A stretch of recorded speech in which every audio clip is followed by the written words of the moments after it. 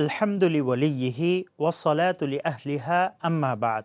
সুপ্রিয় দর্শক শ্রোতা, চলছে মহিমান্বিত মাস রমজান, আল্লাহর নৈকট্য অর্জনের সেরা মাস, রহমত, মাগফিরাত ও নাজাতের মাস।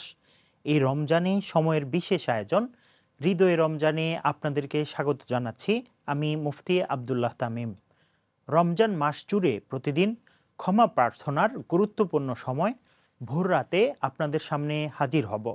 রহমতের দুয়ার খোলা মহিমান্বিত মাস রমজানে সময়ের মাসব্যাপী এই আয়োজনে সময়ের সঙ্গেই থাকবেন ইনশা আল্লাহ। সুপ্রিয় দর্শক শ্রোতা, ইসলাম একটি পূর্ণাঙ্গ জীবন বিধান।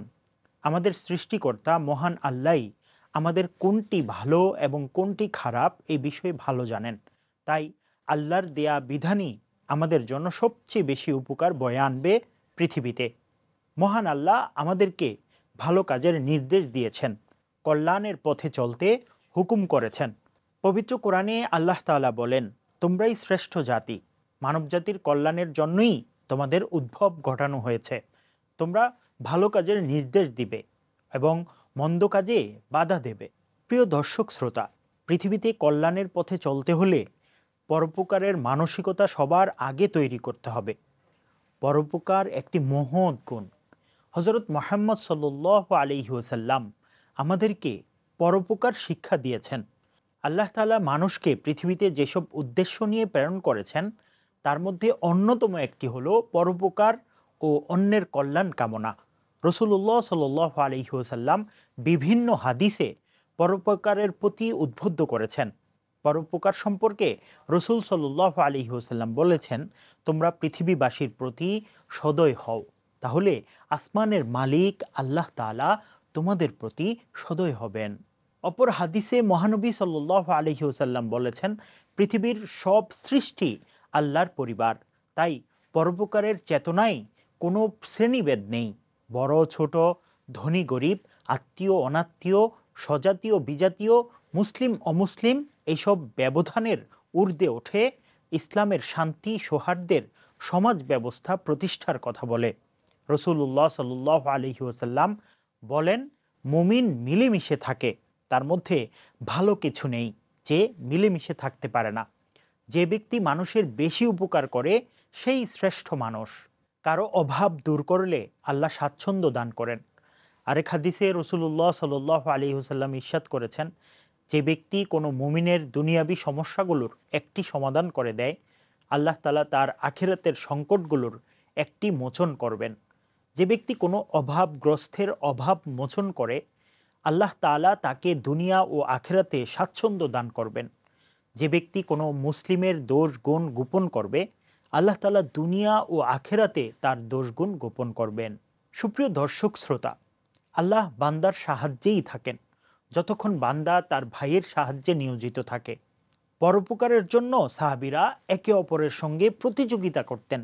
এক হাদিসে যায়েদ ইবনে আসলাম রহমতুল্লাহি আলাই তার পিতা থেকে বর্ণনা করেন, তিনি বলেন, ওমর রাদিয়াল্লাহু তাআলা আনহুকে আমি বলতে শুনেছি, রাসূল সাল্লাল্লাহু আলাইহি ওয়াসাল্লাম তাবুকের যুদ্ধের সময় আমাদেরকে দান সদকা করার নির্দেশ দিয়েছেন।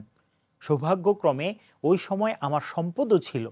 আমি মনে মনে বললাম, যদি আমি কোনোদিন আবু বকর রাদিয়াল্লাহু তাআলা আনহুকে অতিক্রম করে যেতে পারি তাহলে আজই সেই সুযোগ। ওমর রাদিয়াল্লাহু তাআলা আনহু বললেন, আমি আমার অর্ধেক সম্পত্তি নিয়ে রাসূল করিম সাল্লাল্লাহু আলাইহি ওয়াসাল্লামের নিকটে চলে আসলাম। রাসূল সাল্লাল্লাহু আলাইহি ওয়াসাল্লাম বললেন, তোমার পরিবার পরিজনের জন্য কি রেখে এসেছো? আমি বললাম, এর সমপরিমাণ সম্পদ। আর আবু বকর রাদিয়াল্লাহু তাআলা আনহু তার পুরো সম্পদ নিয়ে এলেন। তিনি বললেন, হে আবু বকর, তোমার পরিবার পরিজনদের জন্য তুমি কি রেখে এসেছো? তিনি বললেন, তাদের জন্য আল্লাহ ও তার রাসূলকেই রেখে এসেছি। সুবহানাল্লাহ। আমি মনে মনে বললাম, আমি কখনো আবু বকর রাদিয়াল্লাহু তাআলা আনহুকে অতিক্রম করতে পারবো না। সুপ্রিয় ভাই ও বোনেরা, মহিমান্বিত মাস রমজানে আমরা যখন নফল ইবাদতের সওয়াব ফরজের মতো পাবো, ফরজের সওয়াব ৭০ গুণ বেশি পাবো। আমাদের উচিত সবচেয়ে বেশি মানুষের সেবায় নিজেদের নিয়োজিত করা, অসহায় মানুষদের পাশে দাঁড়ানো, সাধ্য অনুযায়ী গরিব দুঃখীদের পাশে দাঁড়ানোই ইসলামের শিক্ষা। ইসলামে মানব সেবা ও পরোপকারের গুরুত্ব সম্পর্কে হাদিসে কুদসিতে উল্লেখ আছে।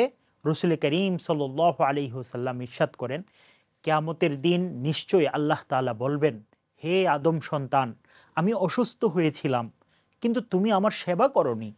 বান্দা বলবে, হে আমার প্রতিপালক, তুমি তো বিশ্ব পালনকর্তা, কিভাবে আমি তোমার সেবা করব?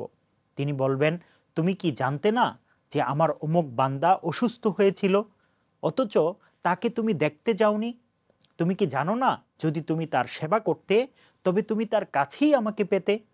হে আদম সন্তান, আমি তোমার কাছে আহার চেয়েছিলাম, কিন্তু তুমি আমাকে আহার করাওনি। বান্দা বলবে, হে আমার রব, তুমি হলে বিশ্ব পালনকর্তা, তোমাকে আমি কিভাবে আহার করাবো? তিনি বলবেন, তুমি কি জানো না যে আমার অমুক বান্দা তোমার কাছে খাদ্য চেয়েছিল, কিন্তু তাকে তুমি খাদ্য দাওনি? হে আদম সন্তান, তোমার কাছে আমি পানিও চেয়েছিলাম, অথচ তুমি আমাকে পানিও দাওনি। বান্দা বলবে, হে আমার প্রভু, তুমি তো রাব্বুল আলামিন, তোমাকে আমি কিভাবে পানি পান করাবো?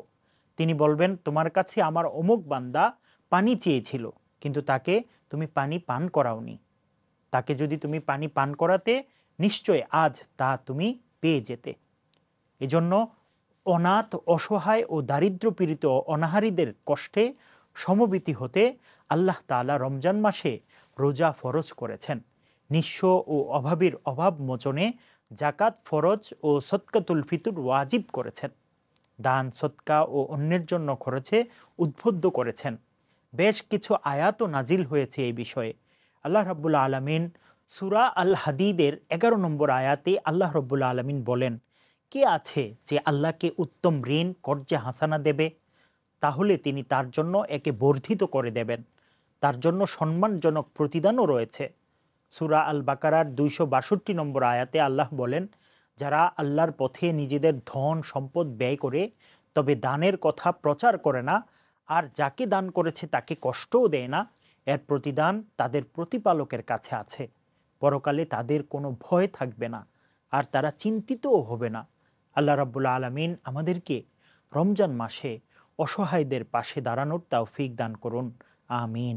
মহিমান্বিত এই মাসে প্রতিদিন ভোর রাতে সময়ের বিশেষ আয়োজন, হৃদয়ে রমজান দেখার আমন্ত্রণ জানিয়ে আজকের মতো বিদায় নিচ্ছি। আসসালামু আলাইকুম ওয়া রাহমাতুল্লাহি ওয়া বারাকাতুহু।